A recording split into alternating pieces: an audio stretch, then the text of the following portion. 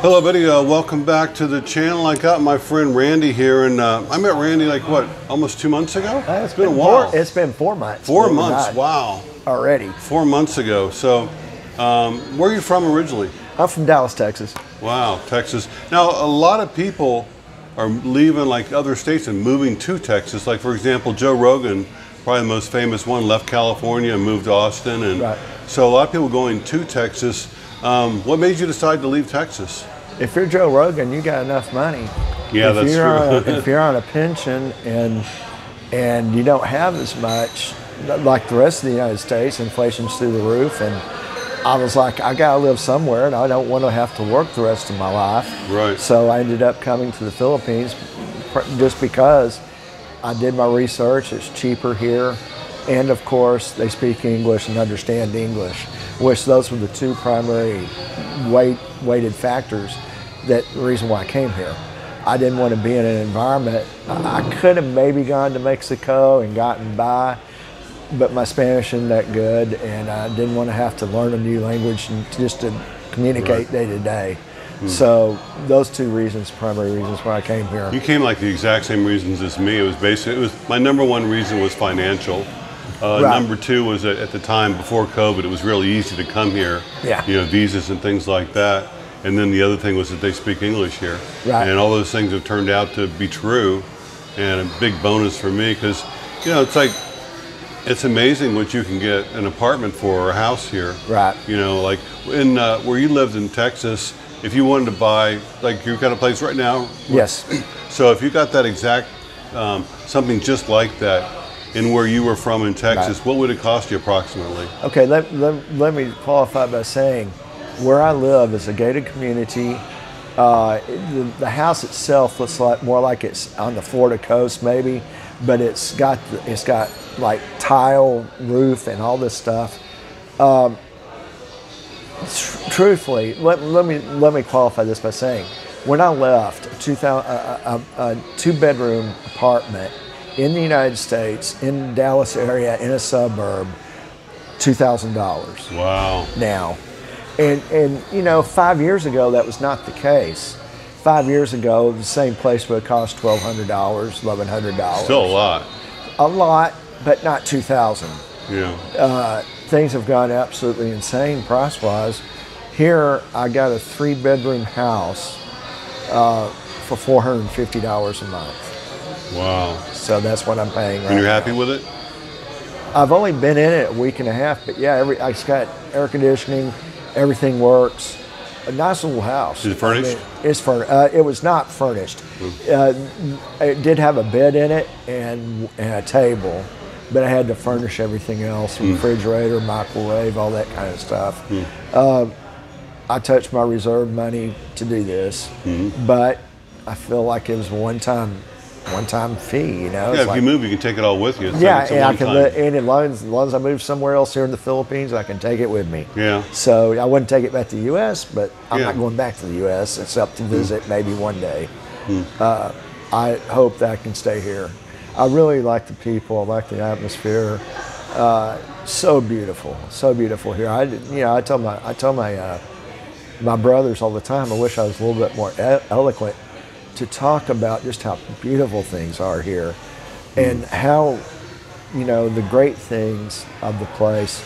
Are there negatives here? Yeah.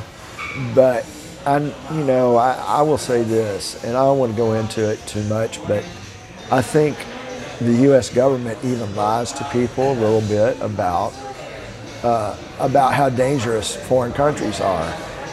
Yeah, the Philippines is on the list of dangerous countries, and I've been here for 4 years. I've been all over the country. I've never felt in danger at all, even in Mindanao. Yes, and here's the thing. If you listen to the State Department, yeah, this is a dangerous country. Yet, if you look at the crime and violence in the U.S. from major cities compared to here, it's a lot worse. You don't have carjackings and muggings and murders here that you have in the U.S. And then I can even add in, I said the government, CDC. CDC has this thing about you need to have a Japanese encephalitis vaccine shot if you come to the Philippines because they have Japanese encephalitis. I've been here and talked to doctors and talked to people, they had a handful of cases down in the southern part of Mindanao, like 5 years ago or something. It's not a big problem. No, people aren't walking around here with Japanese encephalitis. Almost unheard of. But you read the CDC and, oh yeah, you need to get that shot. I'm just, this is, stuff that I've come across and found out that when I got here, well, it's not really that big a deal. Well, when I got here, the big thing was dengue fever. Everybody was talking about dengue, got to be careful about dengue, and that there's 4 different variants of it. And once you get any one of those, you're immune to that particular strain. So the maximum you can get dengue is 4 times in your lifetime, but you can end up being hospitalized for it. Yeah. And because of mosquitoes, whatever. Yeah. First of all, I got bit by mosquitoes way more back in Kentucky and Florida than I did here in the Philippines. Every once in a while I get bit by a mosquito, but it's not like swarms of them or anything like that. That's maybe the biggest surprise to me, was because I thought, I'd be fighting bugs constantly. Yeah. The truth is, there's not a bug problem here. No, there's not. Except for little ants, little ants sometimes. Those little tiny ones. Yeah, the little tiny ants, the sugar ants or whatever. Yeah. And even that, you spray and whatever, and they go away. Yeah. But so far as stinging, biting, and all that, you would think being tropical, you think bugs everywhere. Yeah. But I haven't had any problems. I've had a handful of bites since I've been here. Me too. And that's it. And that's the surprising part of all this. I know, I've been here 4 years. I know 2 people that had dengue. Really? And one of them was my wife's brother, and they were living in a house with no screens, no windows. Right. And also their house is in the jungle practically, so they were getting bit all the time, every day, Right. And that's why he ended up getting dengue, but nobody else in the house got it, just him. Yeah. So anyway, but and so when did you start getting in your head that, I'm thinking about leaving America, I should go someplace else? I mean, was it something that's happened suddenly, or did you just something you thought about and contemplated for a long time? Without getting into long details on anything, I had things happen in the U.S. to where I knew that I was going to end up alone because of things that were happening. And it's like, okay, where can I afford to live? And so, like so many other men, I started watching YouTube videos, you and Paul and a few others. And then I started doing my own research. Mm-hmm. And there were some things I've read. And another thing that I read, I can't remember if this was the State Department though, so I'm not going to say, but that there was a big communist insurgency in parts of the country, Well, then when I did more research, it turned out that most of that's been quelled 5 years ago, 6 years ago, and it's really not that big a deal anymore. There's not fighting in the streets. Yeah. And they're not out to get tourists anyway. Oh yeah.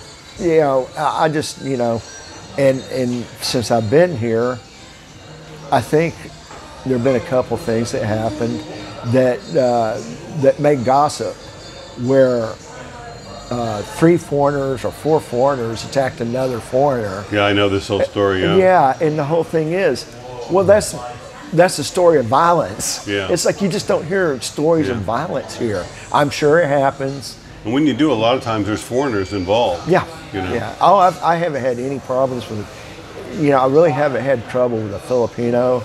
I did have a guy, for some reason, I don't know if he was on drugs or whatever, start telling me to not ever sit close to him again when I was talking to my girlfriend at a restaurant by the boulevard.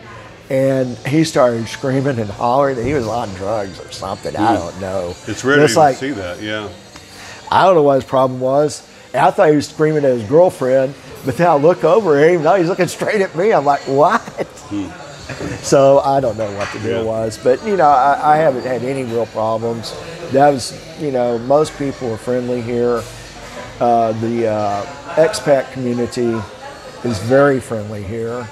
So here's the truth, guys. Don't come here. We don't need any more of you. We got our own little clique. Yeah. Forget everything I'm saying. Just go on your own life.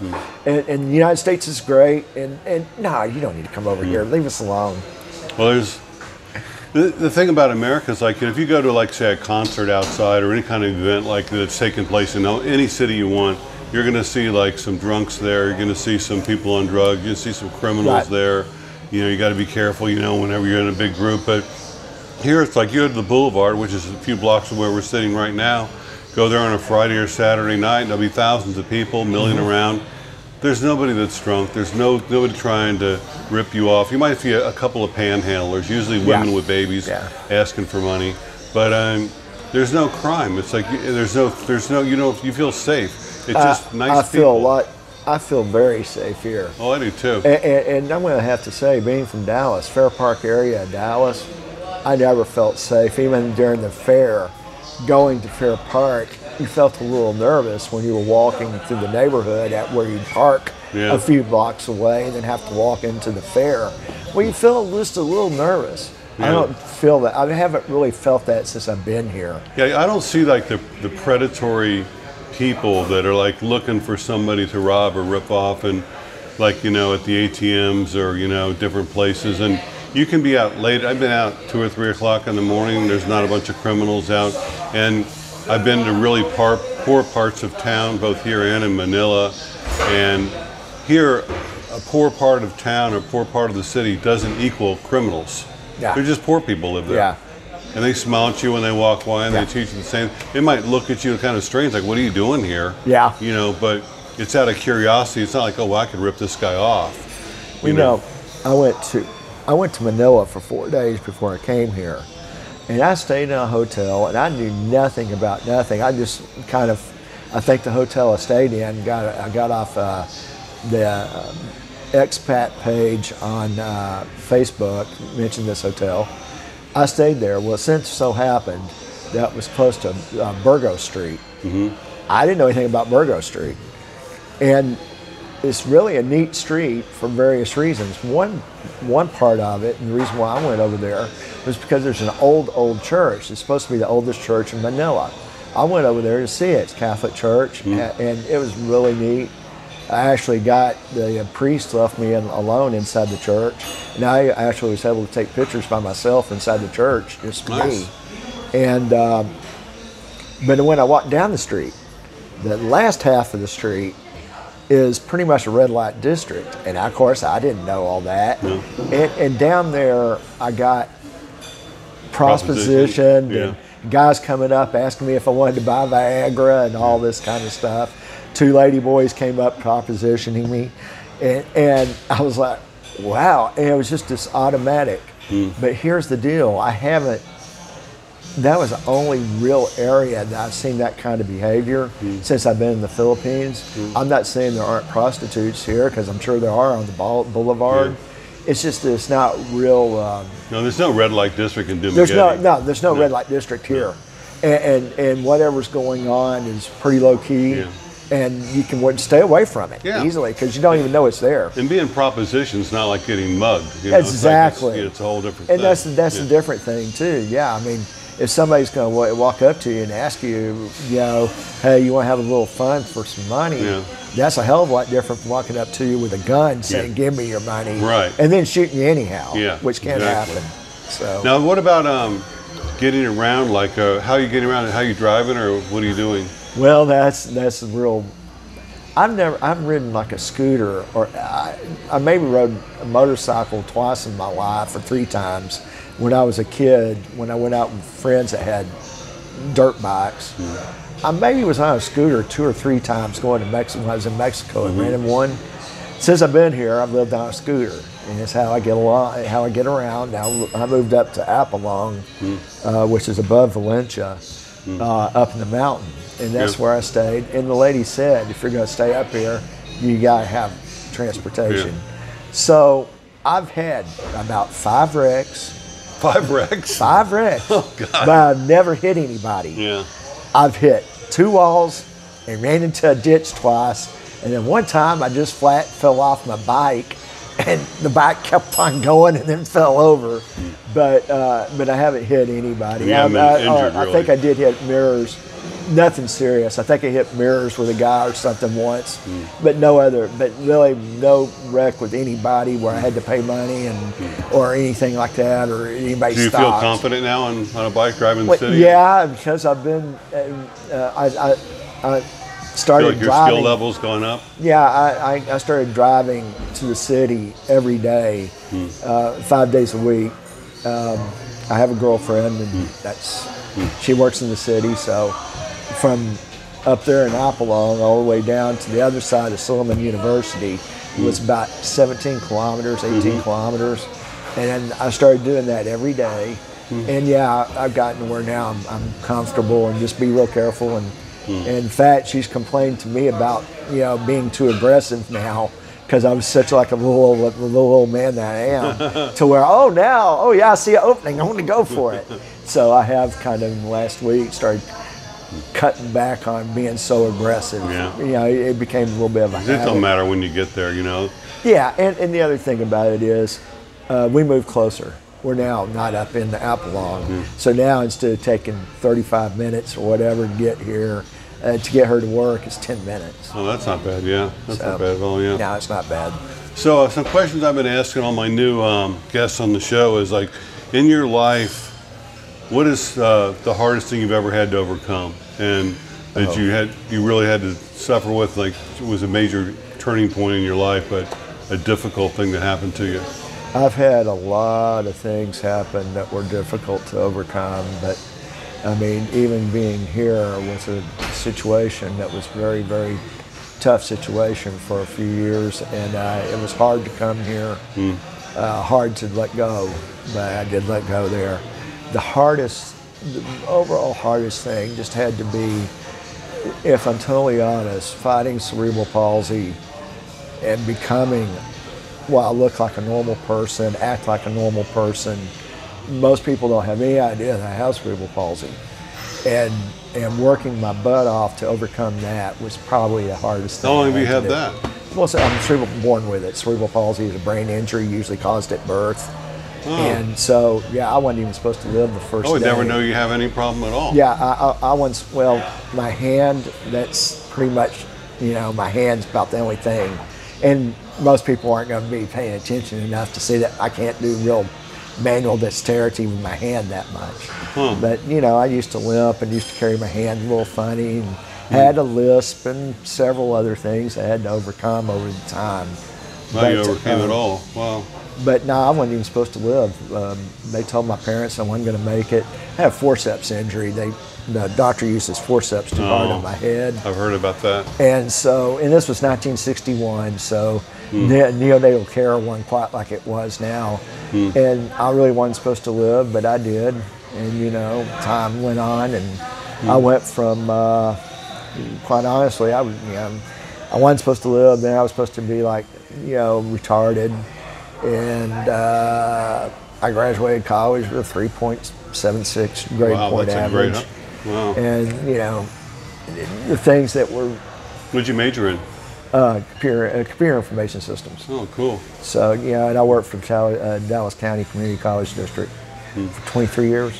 And so another question is, what's the best thing that's ever happened to you in your life, like a major turning? But a lot of people say, well, my daughter was born, my son was born. Aside from something like that, something that happened in your life that maybe you didn't realize at the time, but it was a huge change for the good, something that really good that happened to you, and you're saying, wow, that was like a major turning point in my life. It's a tough question, because just like I've had a lot of bad stuff, that we all have bad stuff, but I've had a lot of good stuff too. I mean, being here, of course, is one of the major, everybody, my brothers, everybody thought I was crazy coming over here. Me too. I mean, it's just like, and even after I got here, one of my brothers, for the first 2 months, when are you coming back? Well, are you through with your vacation? It's like, nah, I came over here to live because, when I look at my overall ability to live in the United States, I don't want to have to be working for the rest of my days. I got a pension, I got a retirement, but it was just tough to live there on the money that I got. And here, I'm not saying that, I'm not gonna lie, I do okay. I'm doing pretty good. Yeah. And you know, it's comfortable living on what I got if I'm not crazy. Yeah. So you know. But when you got here, that first couple of weeks, did you have any doubts, or you say, God, I really made a mistake, or this isn't going to work out, or was it right away? Like for me, it was like 10 days, and after 10 days, because I had some problems here. I mentioned in my videos where I lost my cell phone, broke my computer, but then all of a sudden it's like the clouds parted, and all of a sudden things just kept getting better and better and better. You know, was it right away, or was it? I think all through the doubts and all through the problems at first was I just kept on telling myself I have to get used to this. This is different.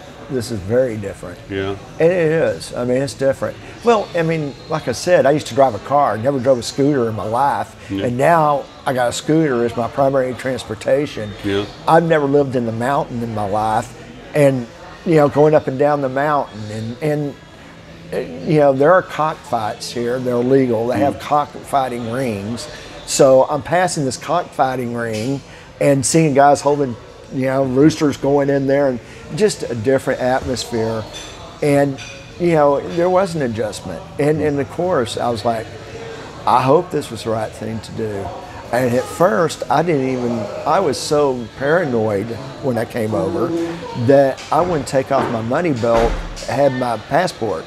For about 2 weeks, I took my passport everywhere. I wouldn't even hide it in my room. It's like, you know, I was too scared about my passport. And I mean that, you get too scared. Yeah. Where you're not rational, that, hey, you know, chances of somebody coming in that room and taking my passport from my little hidey hole that I've just hid, pretty slim. And, you know, I'm not saying it couldn't happen, but, you know, you hide my passport where I live and lock up, and I don't worry about it now. Of course, I also got my ACR card now, which now acts as my primary identification. You get a driver's license? I haven't. I gotta go get a driver's license. I haven't done it yet. I haven't done it yet either. All right, you've been here 4 years, haven't done it? No. So don't tell anybody.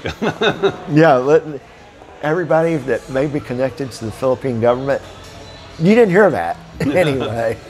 Yeah, I'm working on it. It's on my list of things to do. Now, is it a hard thing to do? It depends. If it's expired, it's more difficult. If it's not expired, it's supposed to be pretty easy.